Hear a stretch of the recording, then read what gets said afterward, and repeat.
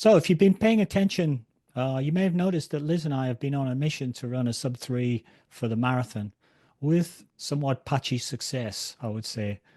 We've developed our learning regarding marathon training, program customization, I guess, um, also nutrition, recovery, strength along the way. Um, and today we're hoping to get another tool that maybe we can look at to help us along the way. And hopefully, maybe it can help you too. Let's see.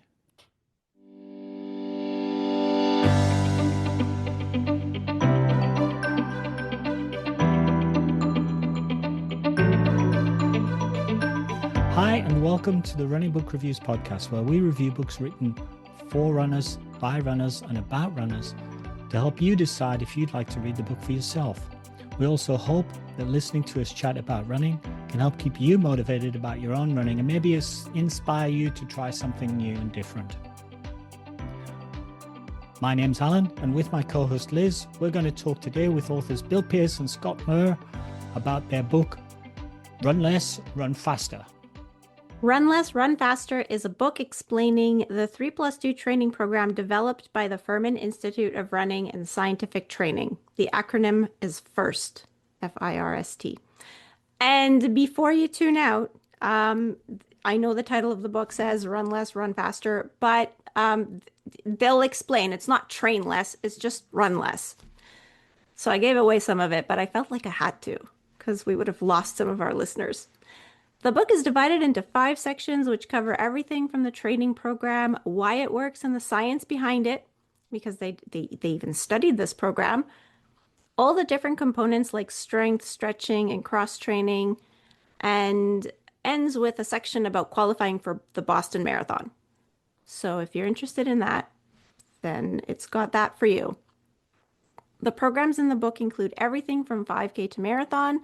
For the beginners out there, there's a walk-run plan to get you to your first 5K run, and then you could progress to the other plans in the book.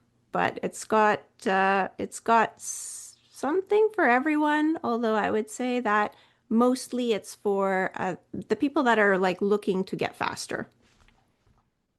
A little bit about the authors. So they both have extensive bios, so I've just picked a few things out.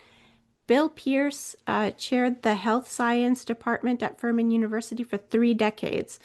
He and FIRST, which is the Furman Institute for Running and Scientific Training, has been featured in articles in the Wall Street Journal, the New York Times, Business Week, Men's Journal, and Runner's World, among others. Pearce, listed as one of 10 marathon supercoaches by Runner's World magazine, has made hundreds of presentations on fitness, wellness, and running. He has captured age group awards in his 250 road races and 42 marathons. That's a lot of racing. Finishing the Boston Marathon in 5 different decades. We know someone that would have loved to do that. Our friend Pete. Our friend Pete, yeah. Yeah. He'd probably get around to it eventually. Yeah, I probably will, even though he started a little bit late. So a little bit about Scott. Dr. Scott Murr is assistant professor in the health science department, and he joined the Furman faculty in 1998. Scott is co-founder of the Furman Institute of Running and Scientific Training and is the training performance director of FIRST. Scott is co-author of Runner's World, Run Less, Run Faster, which originally came out in 2012. It's been around for a while. And even earlier, I think. Did I see a 2007? Yes. 2007 version. So 2012 was probably edition 2, and we're talking about edition 3. Runner's World, Train Smart, Run Forever, which is another book published in 2017. Scott is a 35-year veteran in the sport of triathlon and has been running marathons even longer. Scott did his first marathon in 1982. His first triathlon in 1984 alongside his Furman mentor, Dr.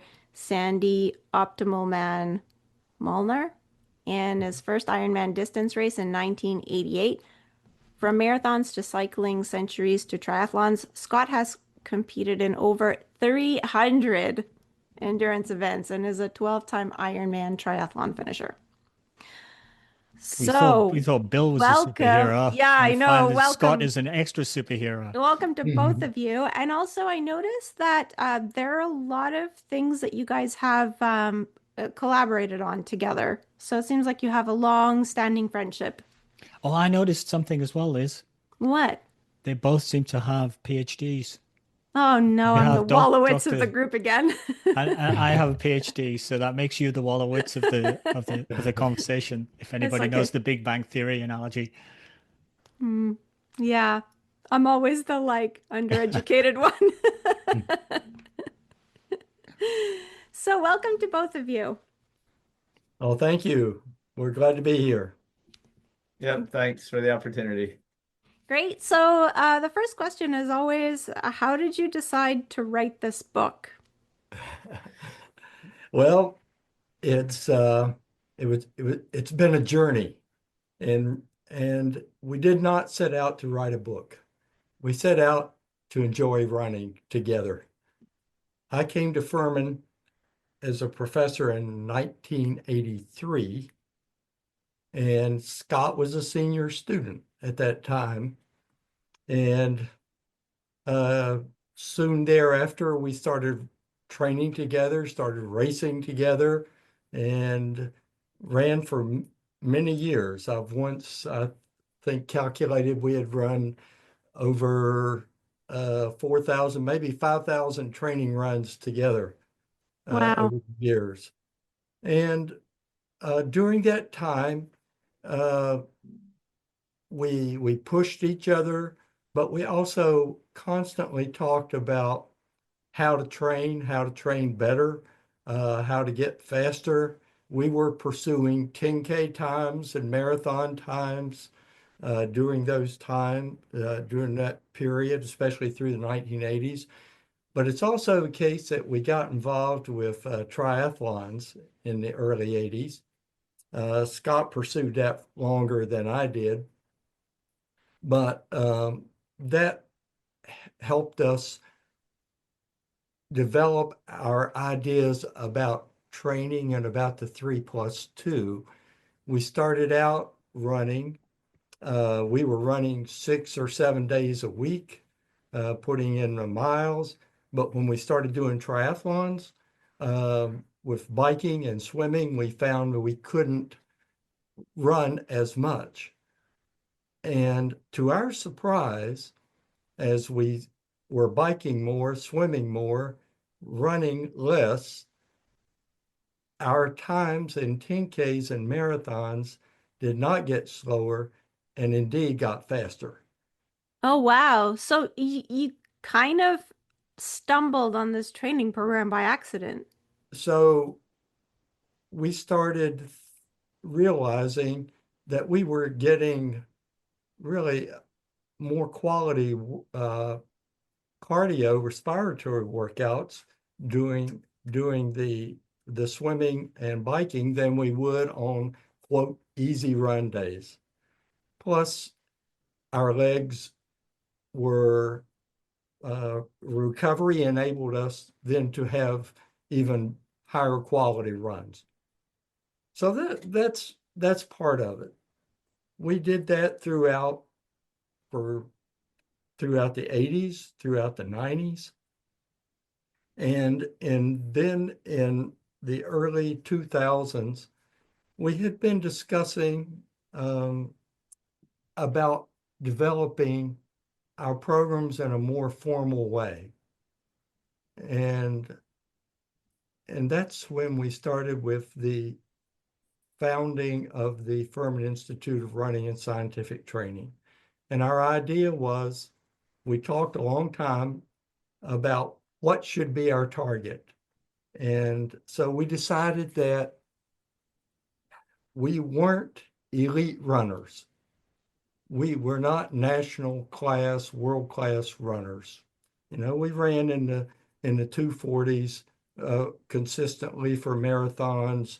We ran 34 and less for 10Ks. So we did fine in local races, age group awards, but we realized that we weren't going to focus on training runners for the Olympics or for world-class competitions. We didn't have that background. I'll jump in as well. So as the two of us were training together, but we're also working together now in the late 90s. We're both teachers here at a university. So we're runners and we're moderately successful in our age group. So people were constantly asking us for training advice. And so we were teaching our students about health and fitness, but we're also helping local runners try to get a little faster. And so it was really the idea that we had discovered that with our multi-sport training, we're staying pretty fit. Our running times were still pretty competitive. And so we really just said, hey, why don't we try to take our experiences and our interest in helping people and try to formalize it a little bit. So we asked the university if we could be a little bit more formal with what we were doing. We asked the university if we could formulate this Institute of Running. The university was happy to let us do that. And so it was really just taking our professional interest and our personal interest, hobby, and they were just combined. And so that's kind of part of how first started. And then, of course, Bill and I wondered, well, gosh, is it just the two of us that we're not running as often, but we're still running as fast as we were? And so that's when we decided to, well, let's just see if this might apply to other people as well. So we got a handful of runners here in the Greenville area to say, hey, why don't you come to our lab? Let us do some physiological testing on you, help you with a training program, see if our ideas are as effective for you as they have been for us. And so that was a part of it as well as the early 2000s. And that's where it gets interesting, because we thought, yes, we think this works. We share it with people. They've had success. But these 25 runners that we invited here, we trained them. We had them come back in 16 weeks, and they all improved on at least one variable in the lab testing, lactate threshold, max VO2. And so we said, we'll do this again next year, but we're going to change it a little bit. We're going to ask them to introduce some cross training on those days that they don't run. And so these were runners and not triathletes. And so while Bill and I were participating in multi-sport events, these folks were simply runners who we were saying, all right, yes, run 3 days a a little week. bit different. Yeah. We were really concerned when we did our first year that we could not get runners to agree to follow our training program and only run. I guess I could see how that could happen. Yeah. We're both in that sort of. We want you to do these 3 workouts, and you can do whatever you want on the other days. We just want to see if introducing these 3 workouts. Okay. But by the middle of those 16 weeks, there are only about 3 runners out of the 25 that were still running every day. Most of them said, we cannot run the target paces that you have set for us and run the next day. We need recovery. This is a lot faster than we normally run. And over the years, we hear the same thing from runners. We've received more than 10,000 messages from runners. And the most common description of our program is challenging but doable. That the target paces you've set for us are challenging, but we can do them, but we do need the recovery. So we did this for 3 years. And the third year, we not only had these people to come back to the lab, we took them all to a marathon down in Kiowa Island, South Carolina. We went there. They could either run the half marathon or marathon. 70% of them did personal best. We had success. That's amazing. And 70%. so we had set up a website because how we started was providing these lectures for local runners. They were free. 2, 3, 4 times a month, we would talk about running. People would come here and do that and attend lectures. And we thought that was our service to the community. Well, one day I get a call in my office, and it's from Amby Burfoot, Oh, wow. executive editor of Runner's World. And he said, I was looking in the internet and I came across your website and I find it to be very interesting. Tell me more about what you're doing. I did. He said, and we told him about the study. He said, I'd like to come there and visit. He came here, spent 4 days talking with us, interviewing people in the study. And on the August 2005 edition of Runner's World, he did a 6-page feature story on our program. Wow. And Yes, that changed everything for us. That changed instantly everything. Phone calls, emails. oh my goodness, I can imagine you're in Runner's World. Before And like the internet, well, not before the internet, but well, it's not only the US because there's a Southern Africa edition of Runner's World, an Australia, New Zealand, a European. So we started getting calls from people all around the world. We've had people to come here from all the continents to wow. get tested in our lab or to attend one of our retreats. And so it really opened up a lot of opportunities. Not to mention, you asked why we wrote the book. We never set out to write a book, but one of the stories was in the Wall Street Journal. And that was in February of 2006. That afternoon, I got a call from a New York City book agent saying, this sounds interesting. Have you thought about writing a book? And I said, no.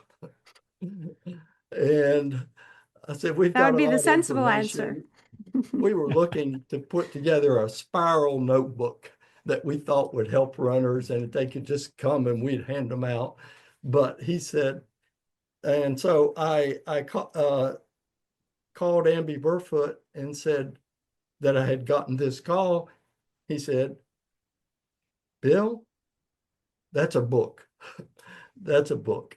So anyway, the New York City book agent and I put together a book proposal. He auctioned it to 4 publishers. They all bid on it, and we ended up going with Rodale because we felt an obligation because of their promoting our program through Runner's World. And also, as college professors, that's really our job. Our job wasn't to write a book. And so while some of the other publishers actually offered a higher advance, we wanted to help as many runners as we could. So that was another reason why we chose to go with Rodale and Runner's World, was we thought we would just simply be able to reach more and help more runners.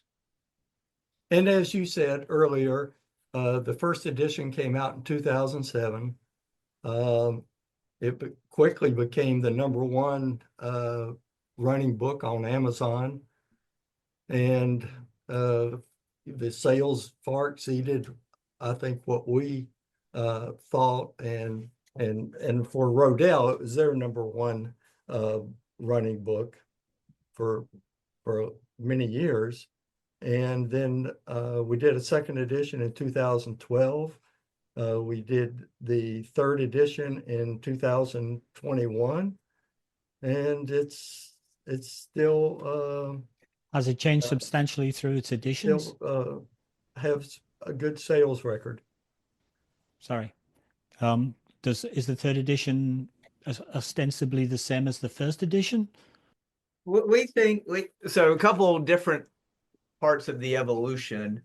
Gosh, I think our first book, as you have read the book, you see that we've got some very detailed tables and paces. Mm-hmm. And we initially started out with a range of, gosh, I don't remember, up to 30 minutes. Up to 30 minutes for a 5K. And so you know that we define training plans with not just the miles to run, but even the pace to run for those particular workouts. We also have it where it should be based on your current running fitness. So we typically use your current 5K time. And in our first book, we had it from like 15 minutes to 30 minutes. But then we started getting multiple, well, what if my 5K is slower than 30 minutes? Yeah. So in the second edition, we expanded that table a little bit. And we made a few tweaks, but I think there was an awful lot of evolution between the second edition and the third edition. We were much more prescriptive with the cross training workouts. We were much more prescriptive with the strength training workouts. We included a table regarding temperature.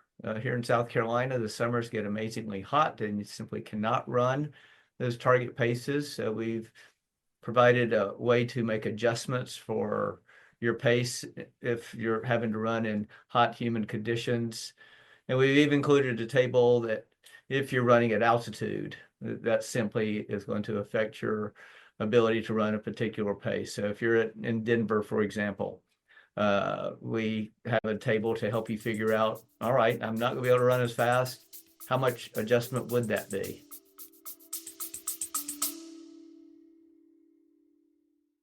Do you take caffeine when you run? Lots of people do because it's in gels and stuff. And caffeine's legal and it's been proven to work. There's actual science that shows that it improves your endurance running performance. And there's anecdotal data from when you have your coffee in the morning and you go for a workout versus when you forgot to have your coffee or you didn't have time and you went for a workout and it was terrible. And the trouble with coffee is there's a lot of liquid just to get your caffeine dose. Yeah, so then you have to stop for the bathroom mid-workout. Very impractical. Which is where Caffeine Bullet comes in. What's Caffeine Bullet, Liz? It's a caffeine supplement. It's wrapped up like in a candy. And it tastes like candy. And you can get 100 milligrams or 85 milligrams, which is about a cup of coffee, but without the liquid. So we've tried the mint flavor and the chocolate orange flavor, and they're both pretty yummy. If you want to try them for yourself, we do have a 20% off discount code. So go to the link in the show notes and you can check out what Caffeine Bullet is and get your 20% discount. Pretty generous. It is pretty generous. And we'll get a small benefit, so you're helping out the... Speaking of which, back to the podcast. We had an interesting case there, and that led us to trying to work out our tables for altitude. We had several years ago, 3 women in Santa Fe, New Mexico, where it's 7,200 feet. And they were training for New York and said, this is our target time, but we can't do that here. And how should we be training? So we looked at tables regarding the differences in VO2 oxygen consumption at 7,200 feet, gave them new target times, which were slower than what they were planning to run in New York, had them trained that, and they were successful and able to hit their times in New York, making that adjustment. So that's why we included that in the third edition as well. And Alan, one other thing to your question about the evolution of the book or the changes, we've discovered that, as you know, that runners are pretty good about following workout plans. And so we've tried to make in this third edition it very prescriptive on what days you do what strength exercises, what days you do what stretches, what days you do what workouts. And the feedback that we've received is that by being very prescriptive on all aspects of the training program, runners are more likely to follow along. So Yeah, third I can edition, see we feel, that. is very comprehensive. Yeah, the other phrase that we hear from runners, not only challenging but doable, but the other phrase we hear from runners is, "Tell me what to do, and I will do it." Yeah. And I'm a very compulsive. Just tell me what Yeah. to do. Yeah. I feel That's like Liz. That's Liz exactly. I'm just like, Says, oh, it says here on the plan we've got to do this. Yes. Yeah. And so we realize that certainly elite runners are going to run many more miles, are going to do a lot more exercises than what we include in the book. But we also realize that we're writing for what we might call serious recreational runners. Yeah. It's important to them, but they have lives. They can't fit everything into the time that someone is free. And so that's been part of our idea, is to develop something that's reasonable for the average person to include in their training. I think what when you say challenging but doable, Liz and I have both looked at the tables and we know our Yeah. 5K times quite well. Our current 5K is straight down the list. Get your 5K time, read it across, and then we go, ooh, Yeah. yes, that looks pretty tough. Like we could probably run that, but we may not be able Yeah. to Especially for get the back to long the car. tempo. Someone might have to carry us, or or something like that. And I guess the first question then becomes, okay, if I've got a beginner or a not necessarily a beginner, but a sort of recreational jogger who doesn't do a large number of workouts, what should I do to get them to the point where they can embark on this? Because you can't step off the street and go at the speeds that you guys are talking about.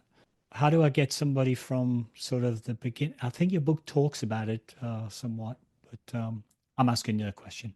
And I'll let Scott add to this, but the book has an intermediate 5K program, and that would be a good start. There's not many intervals there. There's a few, and for that program. And so if someone could follow that and get used to having a target, and you adjust those targets.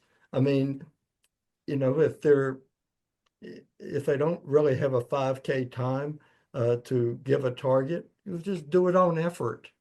Tell them to make a good effort. Go try to run twice around, do 2 quarters with maybe a jog of a quarter in between. So introduce gradually this idea of intensity. And our program is largely based on the intensity.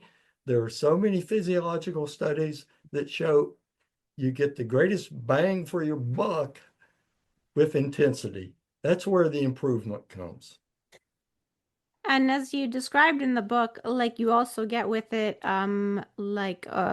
more fatigue and just more breakdown that you have to recover from.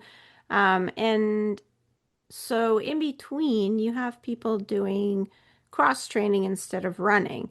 So before we get into all the cross training, Have you ever had a runner? Because I like there are a lot of testimonials in the book, and some of them are from runners that have run quite fast. Like there were some sub 3 hour marathoners in there that have used your plan and run sub 3 hours.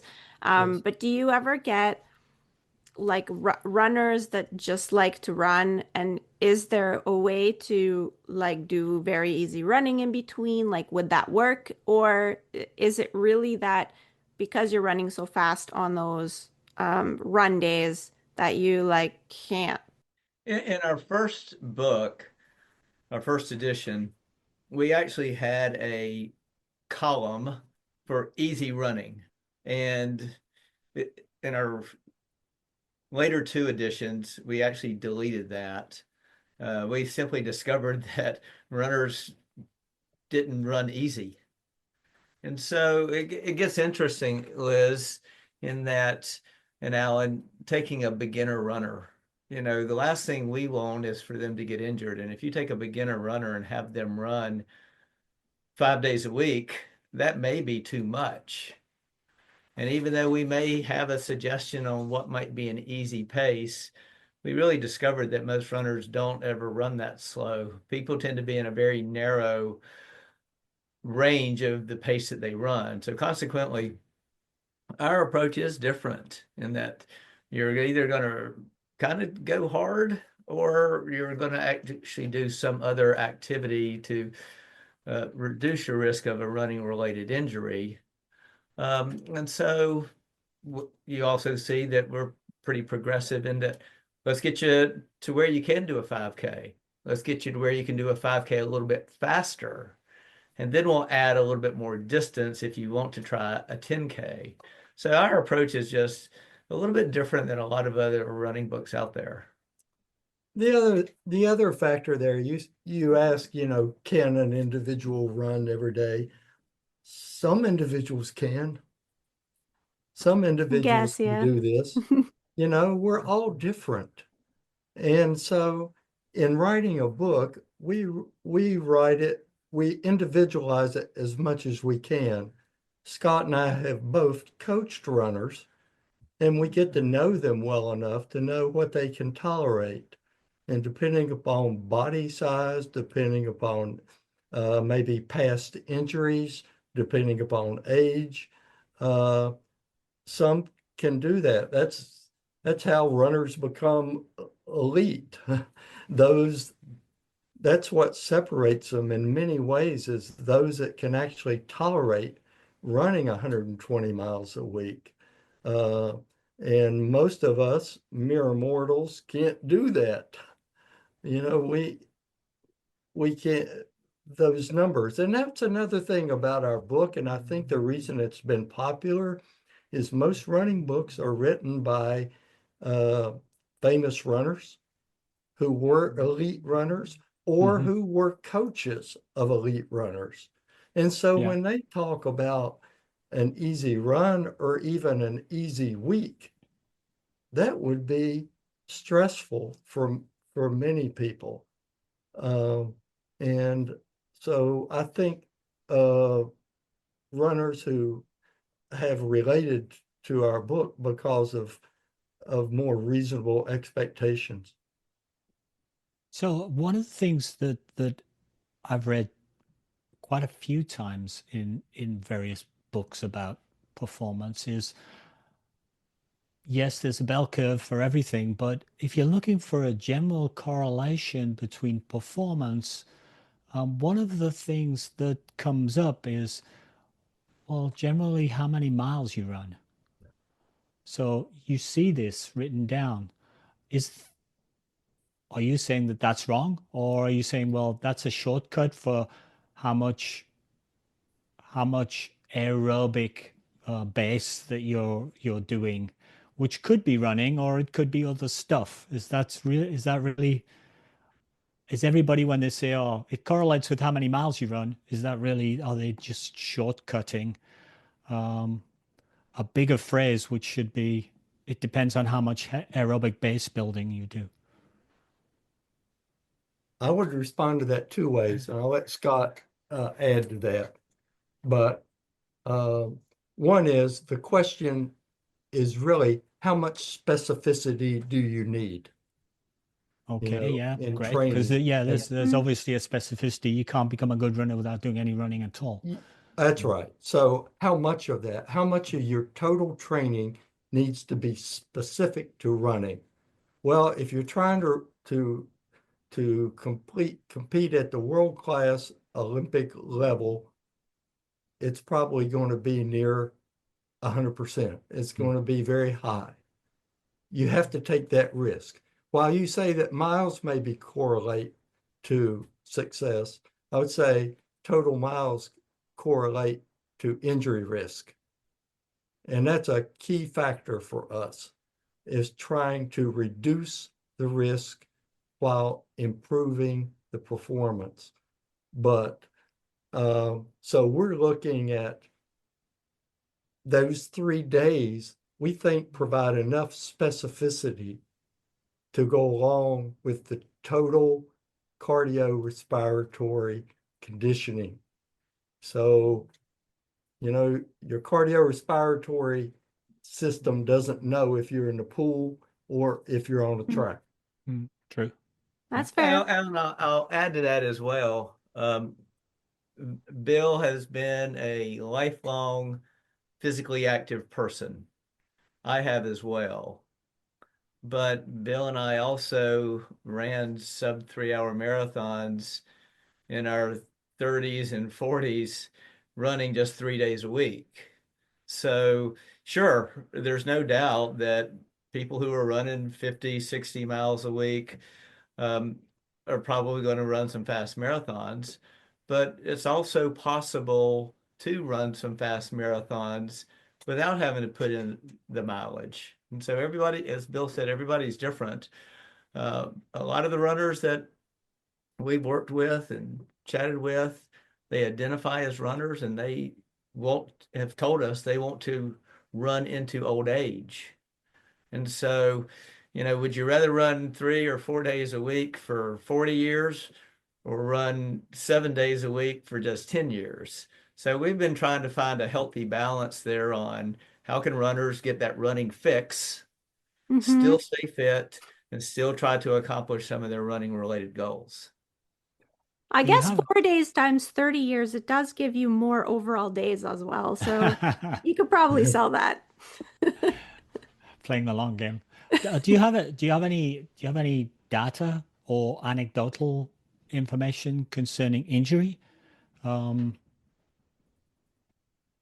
guess there's probably some anecdotes about runners and injury generally.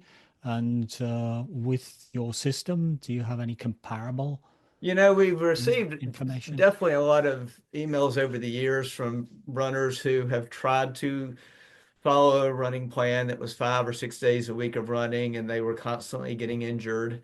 And they said basically out of desperation, they tried this approach. And by following this approach, they were able to get faster and accomplish some of their goals. That's not anything I think we've ever really tracked and kept track of. Yeah, because I was kind of looking at it and wondering whether I'm an older runner. I come out of your era, basically your time. I ran my first marathon in 1981, so I'm just ahead of you guys in the aging. But Well, you're between looking the at two of us. okay, yeah. Sorry, I ran a marathon sorry, in Scott. 77. Didn't mean to insult you there by including you with me and Bill. Um, looking at your program, I was wondering whether I might make myself more injury prone through the intensity. Yeah, there's a risk. Yeah. There's a risk to intensity. We're not trying to sell that, there isn't. I mean, blasting around the track, and especially as you get older, then you've got to be very careful about that. And if you're not accustomed to really running fast, then it could be a problem. That's why the stretching, the flexibility, the strength training to be able to handle that is of paramount importance. And so you wouldn't want to just jump right into it if you're not used to it. there's no question that that's a big difference in our program. And I would say in regard to you, both of you pursuing the marathon goal, you've looked at all these different marathon programs, and I'm sure you We've tried see some of that them. our long run is much faster than the other programs. That is probably the most distinguishing characteristic of our training program for marathons. Yeah, I was looking at because I just did a 5K, and so like I'm not at the fitness that I was, let's say, last summer because my 5K was a little slower, but I was looking at the times that that would correspond to, and I think I would have to I think my long run pace is something like 4:30 per kilometer or 4:45 per kilometer, um, which like is quite fast Probably on the limit for. of what you could run a marathon in at this point in time. Yeah, so it's quite fast anyway. It's much but so we came across this kind of idea in the Advanced Marathon book by Scott Douglas and Pete Fitzinger because like in that book we came across this idea that your long run shouldn't just be a slog. It shouldn't just be like a get all these miles in because what happens is when you're running too slowly, your form is completely different than what you're gonna need for the marathon. So they kind of introduce this idea. They have these medium long runs and long runs that are at like it's like a slightly faster than comfortable pace, sort of like it's still mostly aerobic, but once the miles have been piled on and like the weeks go by, like eventually those paces just feel like, oh, not this again. So it's not completely new. It's just it's quite a bit faster. And for the cross training, so um, you do prioritize some modes of cross training over others. Like I was actually a little surprised to see that you don't really recommend elliptical, for example.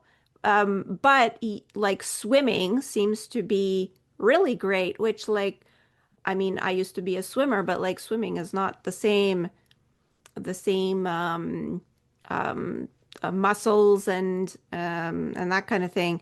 So, like, is that part of why swimming is better cross training, or and why not elliptical? What's wrong with that?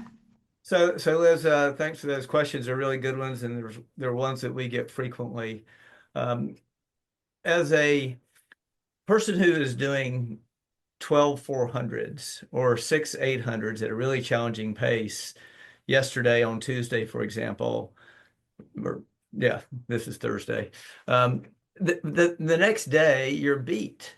So you really need to allow those legs and that running musculature the opportunity to recover. And so consequently, that's why most of our cross training, aerobic cross training suggestions are non-weight bearing. So either cycling, rowing, or swimming. Swimming is great, and you know this as a former swimmer, that holy cow, that really enhances your ankle flexibility, which could then potentially lead to an increase in stride length. So as a 44-year-old female, you know, what is your ankle flexibility like? Could you get in a pool and kick 100? Or, you know, a lot of runners have super tight ankles. They get in the pool and start kicking and they don't go anywhere. So That's me. there's some real benefits to swimming. It gives your body an amazing chance to recover from your run yesterday, as well as helps promote flexibility, which is the other reason why that elliptical, while it's non-jarring, it's still weight bearing. And we just really think if you're going to put a lot of stress on that running musculature, you need some recovery, especially as we get older. And Liz, we're all calling you young, right? But you may not be feeling quite so young, but still, you go out and do a high quality tempo run, long run, or track workout, you need to allow that musculature the opportunity to recover. So I Okay. guess talking about recovery in the loose sense, carbon plated shoes. So have you sort of taken that on board with respect to your training program? It's obviously a technology that's come in pretty recently, and is starting to affect people's ability and modalities around training. That's not anything we addressed in our book. That's not anything that we actually talk about because, one, we're not PTs, two, we're not biomechanists. While we understand all of that, what we have really done in the books that we've shared to try to help runners is we share what we know. And Bill doesn't run in carbon-plated shoes. I don't run in carbon-plated shoes. And while there are benefits to it, running is stressful. And if you're going to go do a 15K, 30K run, whether you wear carbon-plated shoes or not, there is still stress that is shifted to your body. Carbon-plated shoes may help you run faster. They may help you recover a little quicker, but there's still stress on your body from that. It just gets shifted. Is it that your foot, or is that now shifted to your lower leg? I guess what I was thinking was, okay, let's say carbon-plated shoes make you run 3%, enable you to run 3% faster for the same energy input. So now what you should do is dial up your training speeds by 3%, so that you're putting the same amount of energy into the all the people doing the training now on their carbon-plated shoes are cheating because they're not doing the full training. They're putting 3% less effort in. Except I'd be more worried about the people that are racing in the carbon plated shoes, but they don't train in them because they get the advantage, they get the fast race time, and now they have all the paces that go along with the fast race time that they have to achieve in training, but they're wearing regular shoes. Okay, that's the reverse problem. Yeah. Yeah, this is my problem because I've had some Achilles tendon issues and things like that. So I'm like very conscious of, not always running in plated shoes. Like I know you have to run in them sometimes because you're going to race in them and it's a little bit of a strange feeling, so you kind of have to get used to it. And for key training, it just helps you get the paces out. But at the same time, like I don't want to do like all my training in them because like I have had issues in the past. So what would someone like me do about those training paces? Well, use some common sense. Oh no, we're gonna have to get some books out on common sense. Oh, now I need I one mean, for my if you library. learn, become attuned to your body. Oh, And that's we just think that perceived exertion, by this point in our lives, Scott and I don't need a watch. We know, yeah. we can tell you what our heart rate is. We can tell you what our pace is on a track because we've done that, but we pay attention. We focus. Scott teaches a class in mindfulness. So you don't listen to podcasts while you run, basically, is what you're saying. Never. Okay. We don't listen to anything. We pay attention to our body. We check our form. We check how we're breathing.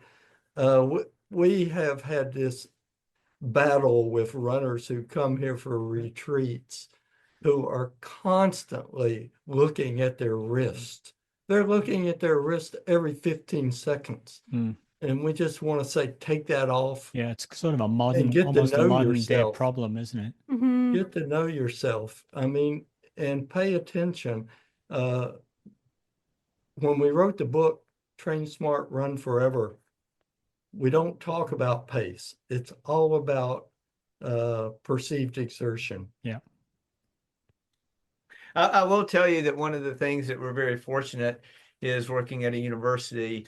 We are surrounded by really great students and some really pretty impressive student athletes. And Furman's cross-country program, our men's and women's teams have been pretty successful for a university our size.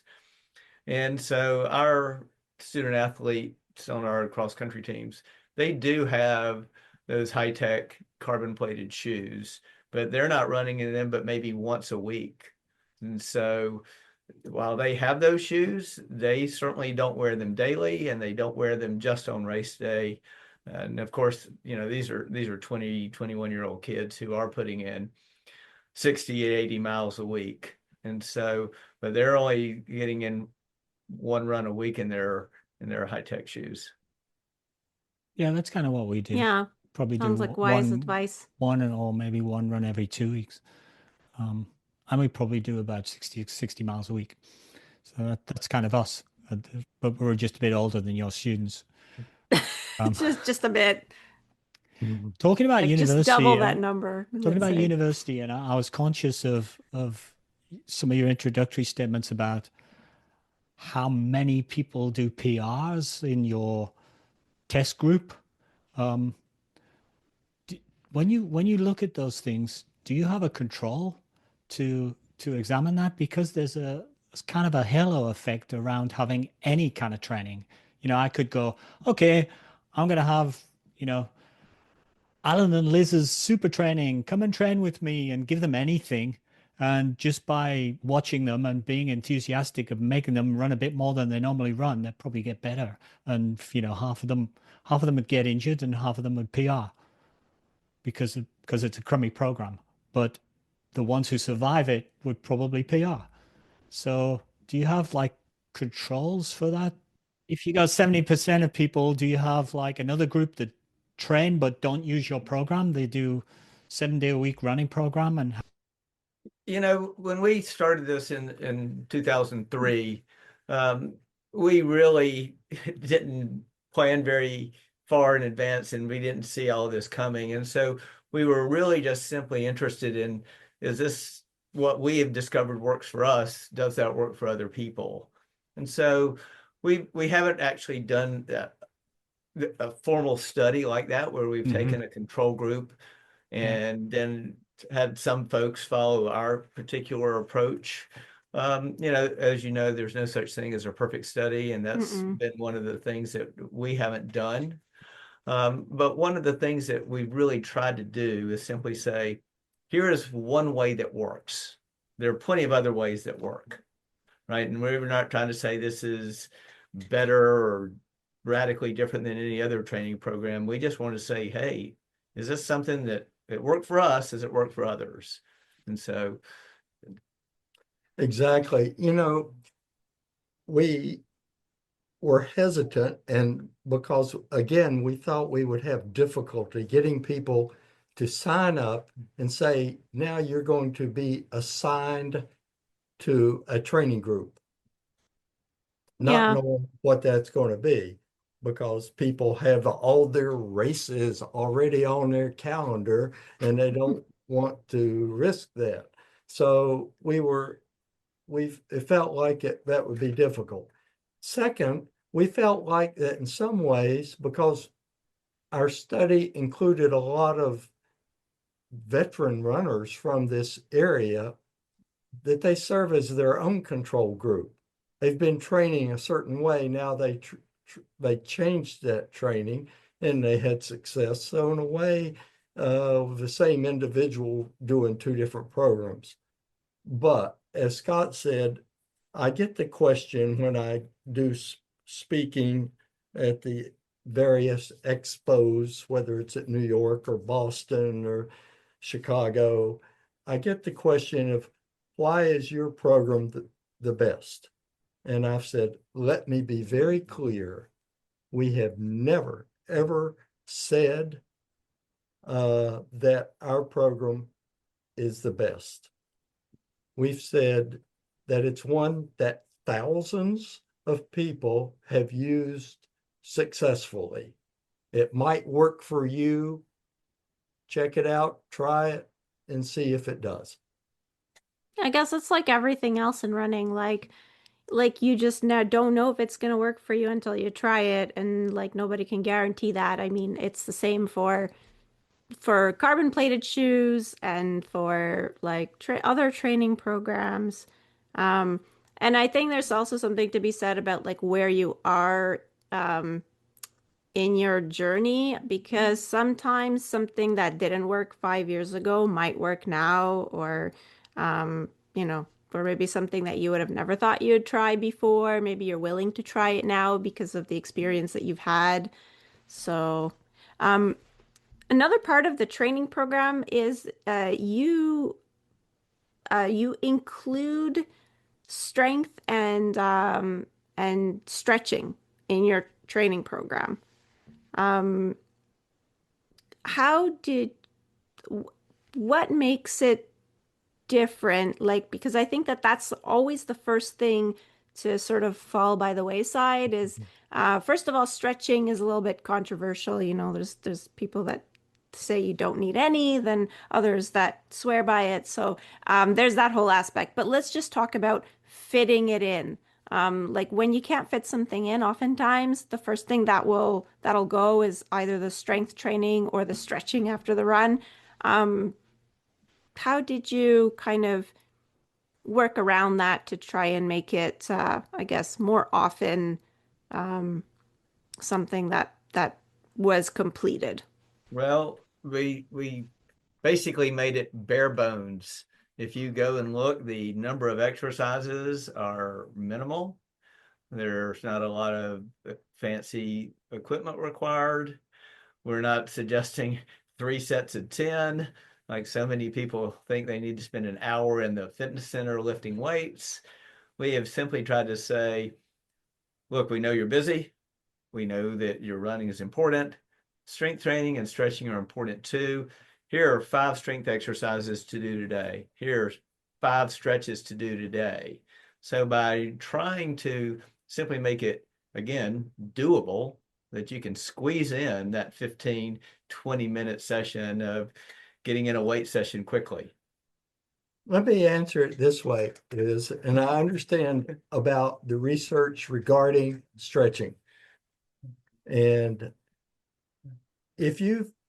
I don't know if you've ever been injured, but if you have, and you've gone to a physical therapist, what was included in your rehab? Good point. Improving flexibility and improving strength.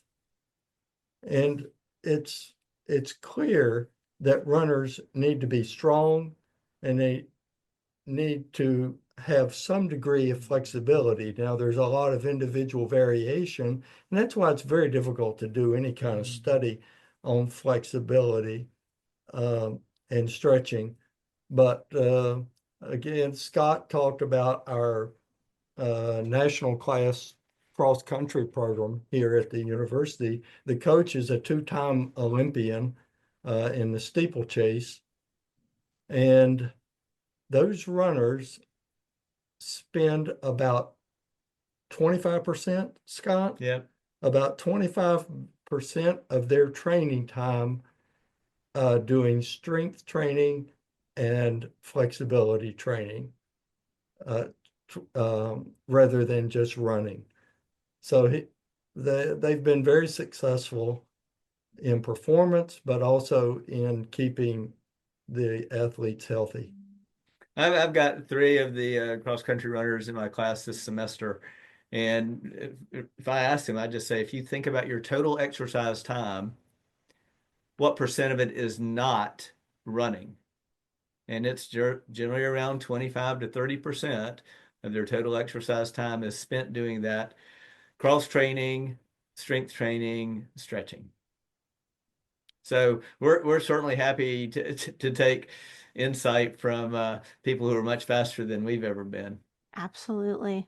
It's fascinating stuff, and it's giving us food for thought, I think. And we're sort of thinking we've done, Liz and I have done a whole bunch of marathon prep programs. You know, we've done programs. We'll go, okay, well, we're going to do more miles a little bit faster because we need to get the thing we haven't been able to get. So we need to do the training we've never done. So we've sort of done that and gone, okay, well, that went quite well, but not quite well enough because we didn't quite hit our goals. So what do we get out of that? Well, we were a little tired. I think one of the things we said with A little tired. we were a little tired going Yeah. in. Yeah. Even at the end of a taper, we were a little tired going into rest. So let's adjust to try and take that out. So let's dial our pace down a little bit. And then we said, well, we're a little short of pace now. when we try our next marathon. So let's put the pace back in and dial the distance down a little bit. And there are programs that have this. So we've sort of done that. And then we've gone, oh, we were fading towards the end. So maybe the original higher mileage was better. And maybe we're stronger now because we've been doing 3 years of prep towards it.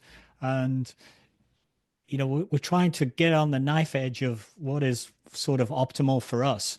And so we keep falling off. And we'll keep looking for the next thing. And looking at this, we're going, well, that's something we haven't tried before. And it looks quite challenging and it's going to push our envelope. So how could we take that and use it without getting hurt or without getting completely exhausted? Yeah. So, Alan, I'd like to throw out an idea that may not be quite so tasteful, but it's been my experience and our experience that runners want to run every race. And I would almost wonder, for those who are running multiple marathons a year, what impact that might have. So I wonder if actually you cut back on the racing and make it where on race day, marathon race day, it really is important because you haven't done one or two other previous ones in the year. And so now you are in the mentality of you're actually going to race. You guys know that running a marathon is hard. Mm-hmm. Racing a marathon is even harder. And if you race 2 or 3 marathons a year, year after year, that really does wear on you. Oh, yeah. Yeah, I had a coach in university, and he used to say, I don't remember where he got this, but I think he went to a conference in the States, and he said that they recommend like never more than 2 marathons a year and never more than 3 in 2 years. So that means one of those years has only one in it.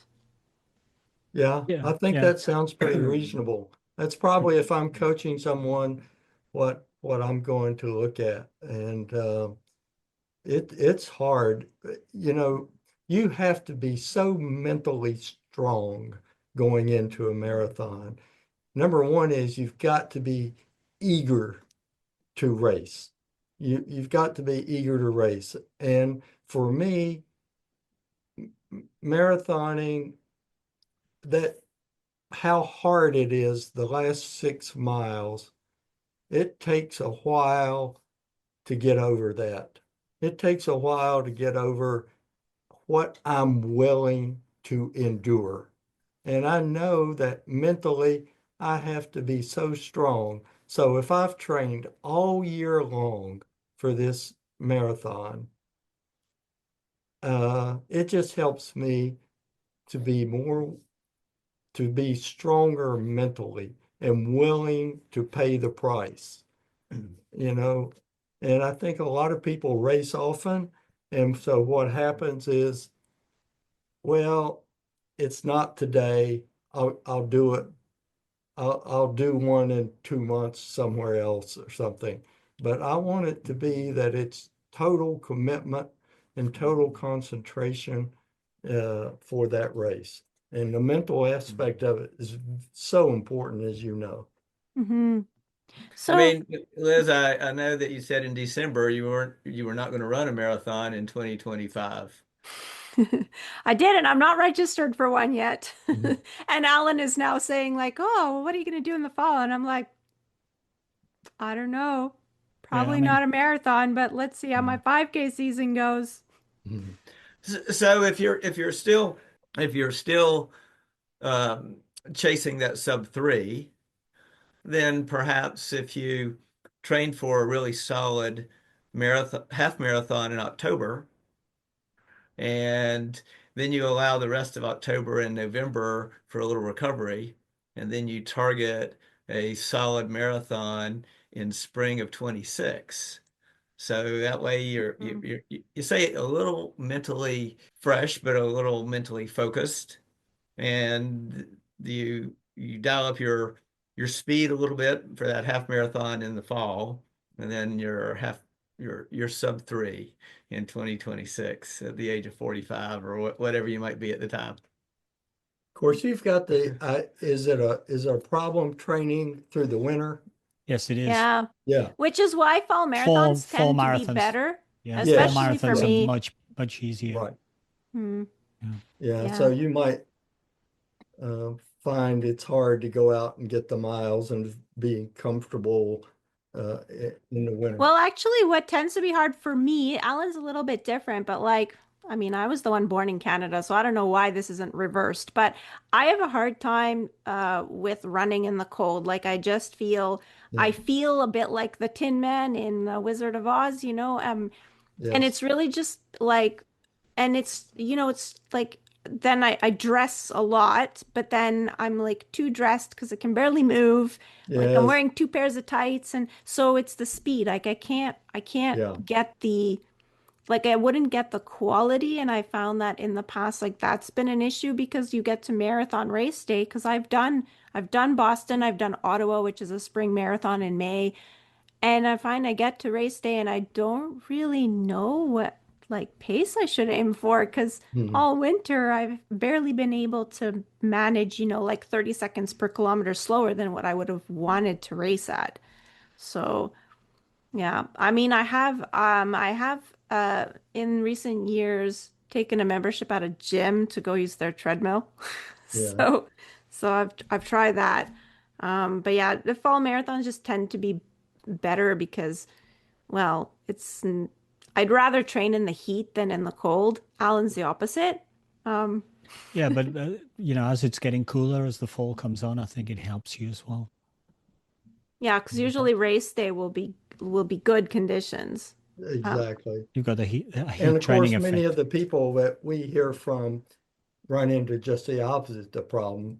They Mhm. live in South Florida, and South Carolina. Yes. and even here, it's just impossible to do long runs In the at the summer. target pace when the humidity is 90+% and the temperature 75 to 80. yeah, and you do include some Yes, heat training, like some charts how to yes. adjust your training based on the Yeah. heat, which is Dial, actually really useful. We get dialing a down for lot of heat and questions about that. dialing down Yeah. for altitude as well. Yeah. Yes.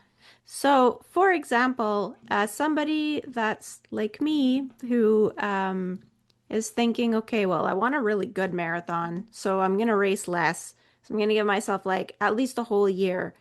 What would you suggest doing the rest of the year? Like in terms of, I mean, I already told you what I kind of had planned to do. I'm planning to do a 5K season in the spring. Um, which I've already kind of started. I've already ran twice.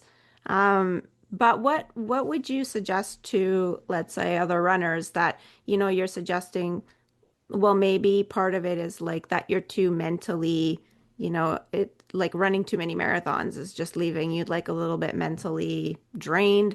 So now what do they do instead? Like because the training plans are about 12 weeks. Usually sometimes marathon training plans are like 16 weeks. So you have a whole other like 20 weeks in the year. So I think your idea of doing a couple 5Ks in the spring make a lot of sense. You actually can work on making sure you've got good leg speed, good height, leg speed, and turnover. And then you take that and you start adding a little endurance to that. So perhaps in the fall, rather than a marathon, you do a half marathon. So you take your speed that you've improved a little bit here in the spring and then recover from that and then use the summer to continue to build your base a little bit, hold on to your speed, build your base a little bit. And then as you ramp up your endurance component with that speed for a really solid half marathon, if you could aim for a 125 half marathon in the fall, I think that would certainly indicate that a sub 3 hour marathon is realistic for you. And so I think we don't have to race every weekend. We have this spring, it's going to be speed. Over the summer, I'm going to build my base. I'm going to go for a solid half marathon in the fall. So I think there's a way to sequence that in a logical way to help you really maximize your marathon efforts beyond that. And I would add, consider a 10K sort of in between. That might be midsummer. The thing that I really like about the 10K, and I know they've largely disappeared in many ways because they don't. They're overshadowed a bit by the half marathon, I think. Yes, well, in the 70s and almost, it was hard to find anything other than a 10K. And those were the popular races. But the 10K in some ways mirrors the mental struggle that you're going to get in a marathon. 5K, you can push yourself. You can do that. But 10K, you're running hard and getting yourself to run hard from say 7 to 9 or 6 to 8K just takes a lot of mental commitment. I mean, you know that a lot of folks, as they get older with their running, prefer the longer distance because it seems easier. Suffering, yeah, anybody can suffer for 20, 25 minutes, whatever their 5K might be. But then when you're talking about a 10K and you're talking 45, 50 minutes-ish, right? That's tough. Yeah. And a lot of people who run marathons don't like to do the short stuff because that 45 minutes is hard. But then that well prepares you for the last 45 minutes of your marathon as well. Yeah, sometimes that's hard. Well, of course it is. But if you've raced 10Ks and 10 milers, then you know how to endure that focus and sustained push that's required to not fall off your pace those last 4 miles in a marathon. So we tried to cover, by the way, send your invoice to Liz. She got the consultancy. She got the free coaching consultancy. Yeah. Don't include me in that. Yeah, we've been through most of the stuff in terms of the obvious questions that we would have as athletes. But what's for people who are listening to the podcast and are obviously interested in running, but are thinking, well, maybe I could give this a go.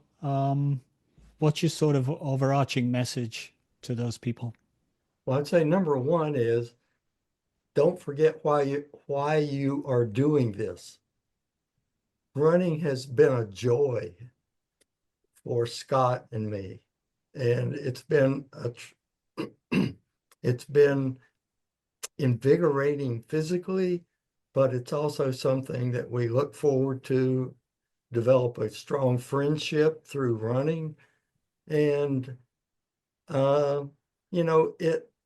it really saddens me when I see so many runners that become depressed and suffer from the fact that they ran X number of seconds or minutes slower than what they had hoped to. In the big scheme of things, that's pretty insignificant. I like it. I like having goals and working toward them, but recognize when you've given a good effort and you've challenged yourself and you've worked, then celebrate that. And we have to constantly remind runners what you've done, what you just accomplished is remarkable, and you might not always be able to do this. There aren't any guarantees, and so enjoy it. And when you cross that finish line, recognize that you've done something very significant, and you can pick out a goal for your next race and train for it as well. Alan, I'll add, I think your sub 3 hour marathon performance at your age, 64, I think you may have said, was pretty impressive. And most people really don't have that capacity. I'm 63. I'm not ever going to run as fast as I ever did. And I think runners tend to be hard on themselves. But the overall message is, as Bill said, you know, to embrace just the opportunity to be active, be healthy, to go out and challenge yourself. But gosh, if I were trying to run times I ran 10 years ago, 20 years ago, I'd quit.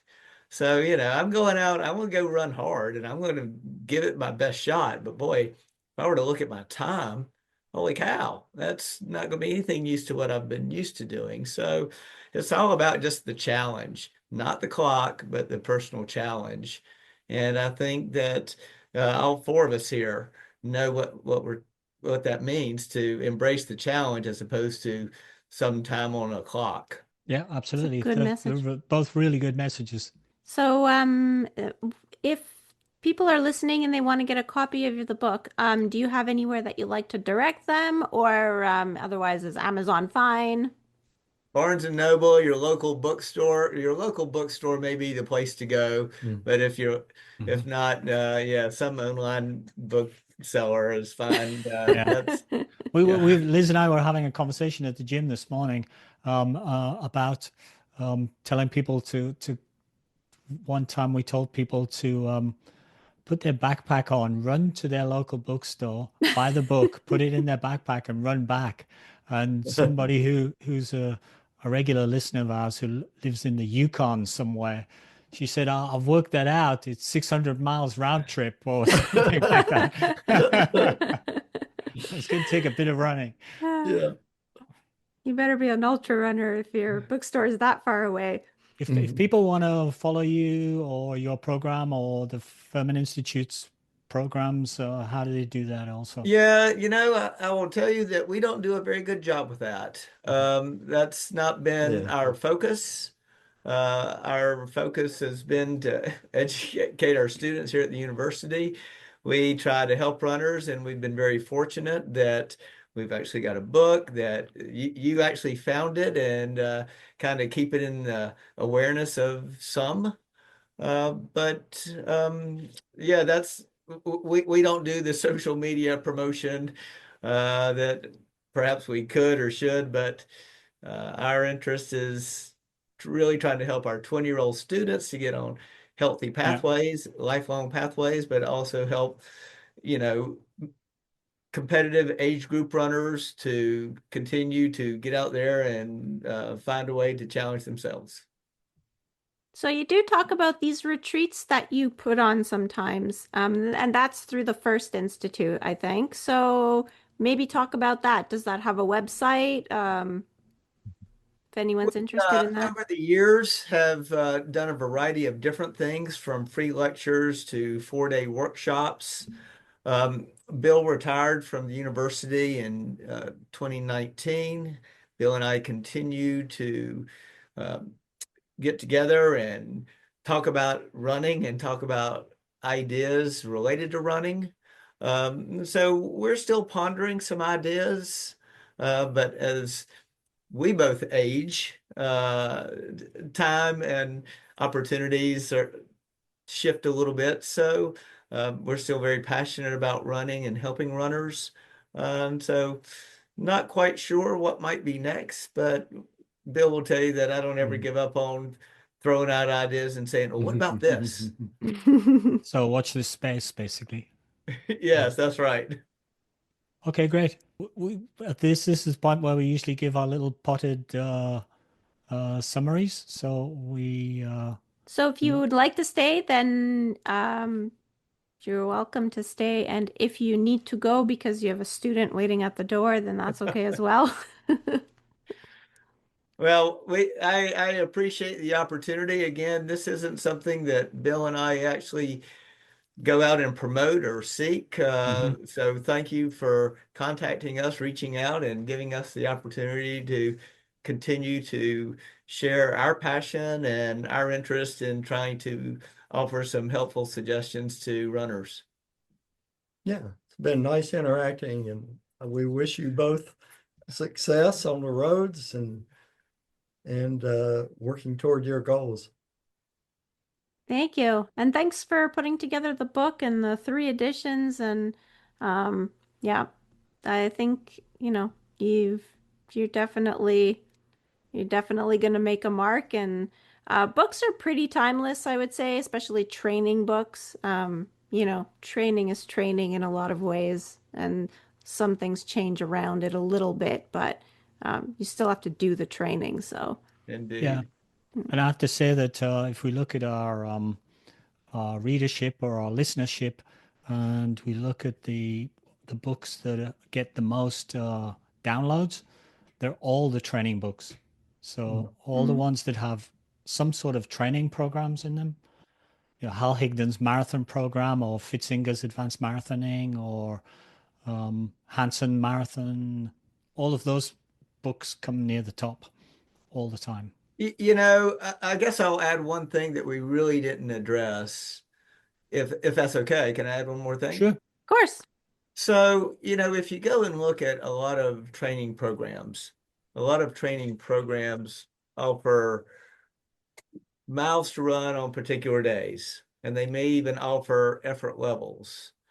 One of the things that you've seen by looking at Run Less, Run Faster is simply that we actually try to tailor it specifically to your current running fitness. That, Alan, you mentioned you go down and find that 5K, and then you move over that row to figure out what your time should be for your 800s or your short tempo runs. One of the questions that we sometimes get is, how do I know when I should shift to a faster training target pace? And you could go run another 5K since it is 5K based. But the other thing that we've suggested to runners is that if you're able to meet the target paces for all 3 workouts, we've discovered that, I don't know, a runner might be really good at the tempo runs, but they may struggle with the pace for the long runs. Or I can hit the track workout paces, but I can't hit the tempo paces. Mm-hmm. And that really would indicate that a runner is really good at their lactate tolerance, or they're really good at their speed, or they're really good at their endurance, but they might have some other attribute or component with their training that does have room for improvement. But once a runner is able to hit those target paces on that row corresponding with their 5K, and they're able to hit all 3 target paces for 2 or 3 weeks, that may be an opportunity to then say, well, let me try the next row up for a slightly faster target pace for my tempo run and long run and 800s or 1200-meter repeats.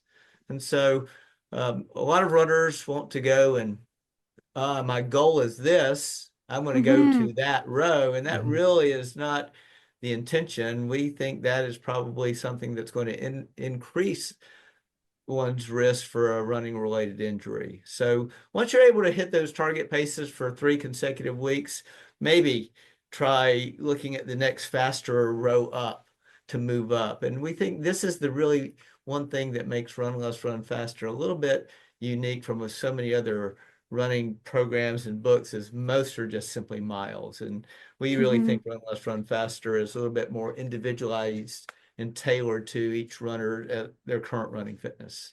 Yeah, and in the same vein, if you can maybe hit the target for the track repeat and the tempo run, but you can't for the long run, find the target that you can meet and do that. We would rather you do the entire workout as prescribed rather than doing a faster target and only making it through a half or 2/3. Yeah. And So fine tune it to a point where you can actually complete the yes, workout. and yes, exactly. And confidence is important. yes, we want you to finish the whole workout. And if you were asked if there's any differences in individuals, well, we know there are. Some people are faster, some have more endurance. In general, the older runners and female runners tend to do better on the long runs. And the younger runners and often will do, and we get a lot of people who come from, maybe they were a baseball player or a basketball player, or Mm-hmm. and they say, I can do the track repeats, I just can't do the long Yeah. runs. So your body type also is a factor.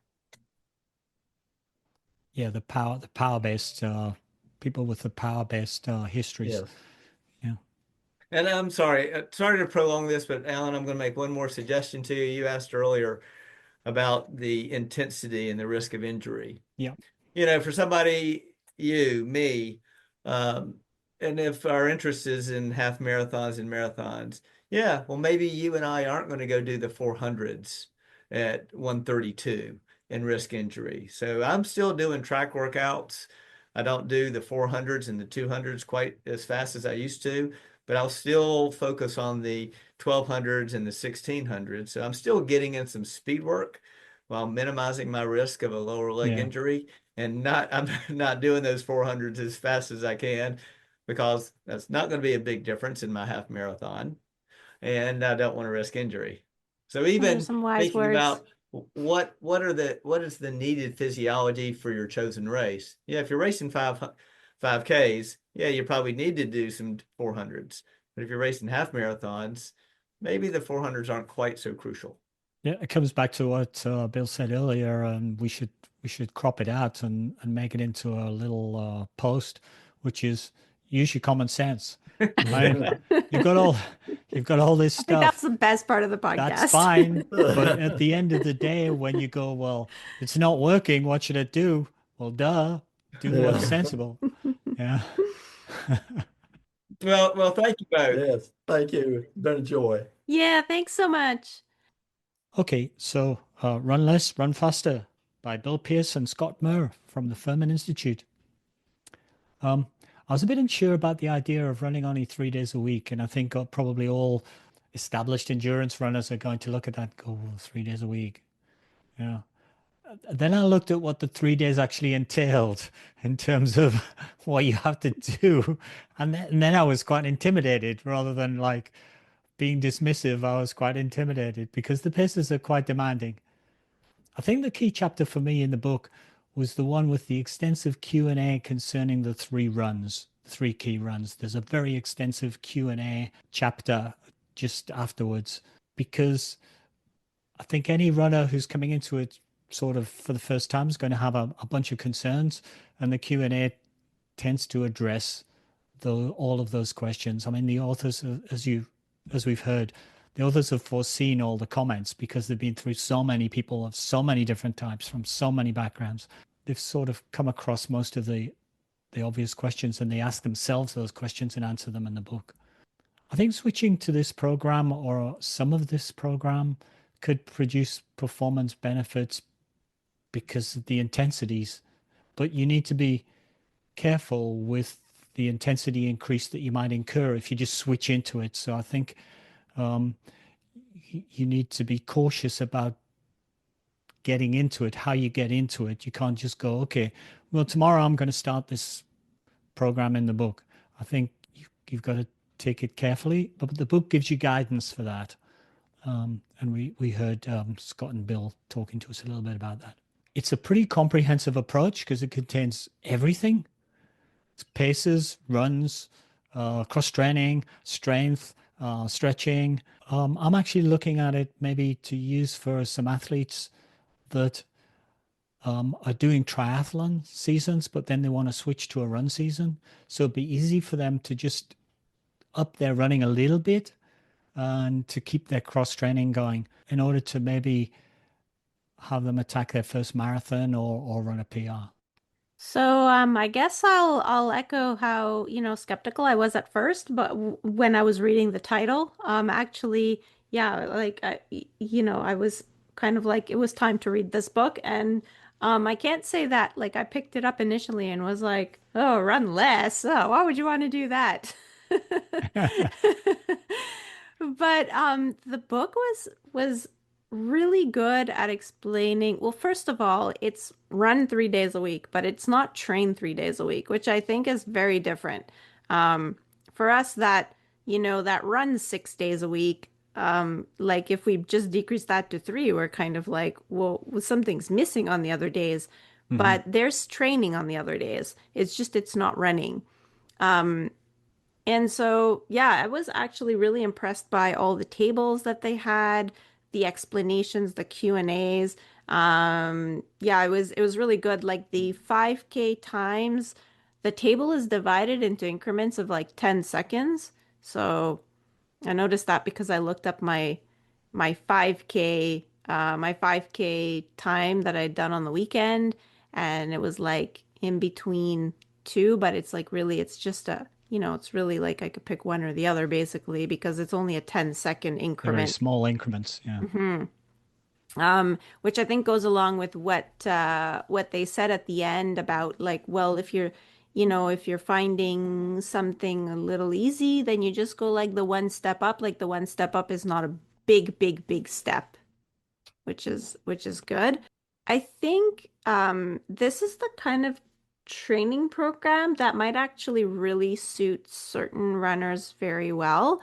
I'm thinking of my husband Andre because he was a cyclist first, and he used to only run 3 days a week, and I think that Hmm. he kind of likes to do other sports. Like in the winter, he's like, "Oh, we're doing all this running. I don't have any time to ski. And when I have time to ski, I don't have any energy to ski because I just did a long run." So I think this is the kind of program that might be for that type of person, the type of person that likes to do all kinds of things. Some runners, they just like to run. So it it might be hard to get them to go to the pool every second day or on their bike or something like that. Um, I guess if you've been injured recently and you've been having to do cross training, like you're already doing that. So um, this could be a perfect kind of book for that. I love how the training was all laid out at the end. So I think we touched on it a little bit, but I mean, I just can't not emphasize that because the book talks about a lot of things, and this happens in a lot of books where they talk about strength training, they talk about stretching, they talk about Hmm. cross training, they talk about It then all you have piles to up. put it, yeah, you have to put it yourself into somewhere in the week, Yeah. and you're not really sure where, and you're going back to the chapter about the strength training to see how many times you're supposed to do it. And maybe that's just me overthinking things, but that's how my brain works when I read all these things. And I loved that Bill and Scott, they just did it for you in the end. They're like, this Yeah. is how your week would look. And they really have it laid out. Like on Monday, you do, I don't know, cross training and Yeah. this 10-minute stretch routine at the end. Tuesday, you do this run and you do this 20-minute strength routine at the end. And it really like it's got the exercises listed and everything. It's golden. Um, Because like they said, a lot of runners they just want to say, tell me what to do and I'll do it. So mhm. they're gone, okay, there you I'm go. definitely one We'll of actually those. tell you exactly what to do. Alan is a little bit more rebellious in his approach. So, Yeah, yeah, a little bit. And also, I guess I'm one of those guys who does just running, just wants to mm, run, just want to go for a run. yeah. But, my wife will say, well, should we go for a walk? I go, oh, why would I do that? I could go for a run. So I'm a different sort of athlete from that point of view. But I think the idea would be if you were doing the intensity, you would probably you would need to have a rest from running. Yeah. So you would need more rest days. Yeah, I can see that happening because I tried to do my short tempo yesterday, which like the overall run was like 8 kilometers. It's like 5 miles. It's not really anything impressive. Um, but those 3 kilometers that I had to do at the short tempo pace, they were quite hard. Hmm. So, I think probably overall I got a good aerobic stimulus or anaerobic or lactate threshold or whatever you'd call it. Because yeah, it was quite challenging. So I can see maybe how, If you're doing um, a lot of that, you would yeah, need to have more time off away yeah. from running. Yeah, because especially the long runs are quick. They're not that pace that you do lactate threshold, but they're quicker than the paces that we were doing for the advanced marathon, long run, medium long run days. Or they're Yeah. not quicker, but they're on the quick end because we had a Yeah. range for that. And the Yeah. range was quite wide. And this pace for me, like when I looked it up, it would be sort of at the fast end of that range that we were doing, which like I was almost never doing when I was doing marathon training. So that run will end up being quite Well, quite there's only taxing, one I way to think. find out, I guess, if it Yeah. would work. hmm There's only one way to find out. So Yeah. we'll put that into our thinking and see whether we're going to use that as a training mode. Something different is always good. hmm You learn something. Okay, I think we're done.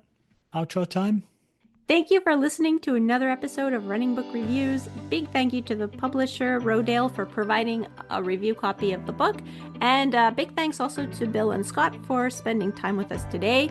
If you'd like to leave us feedback about how we can improve the podcast or want to suggest a book that you would like for us to review in a future episode, you can leave us a comment on social media. We also have this thing called fan mail, and you can get that in Apple Podcasts. There is a little link that you can click on. The only problem is we can't write back to you, but we do get the messages. We've gotten like 1 or 2. It's kind of fun. Just people saying hi. So you can do that. You can leave feedback that way as well. And if you want to follow us on social media, we are Running Book Reviews on Facebook and Instagram. On Twitter, we are reviews_running. Please also follow us on social media so you can find out when new episodes are released. And subscribe to the podcast on your favorite streaming platform. If you've been listening for a while and are wondering how you can help us out, there are a few ways. The most important is just share the word. Send this episode, tell your buddies about the podcast, send an episode to your running partner so that they can listen on their next solo run. That's really the best way to help us out. The more listeners we have, the better.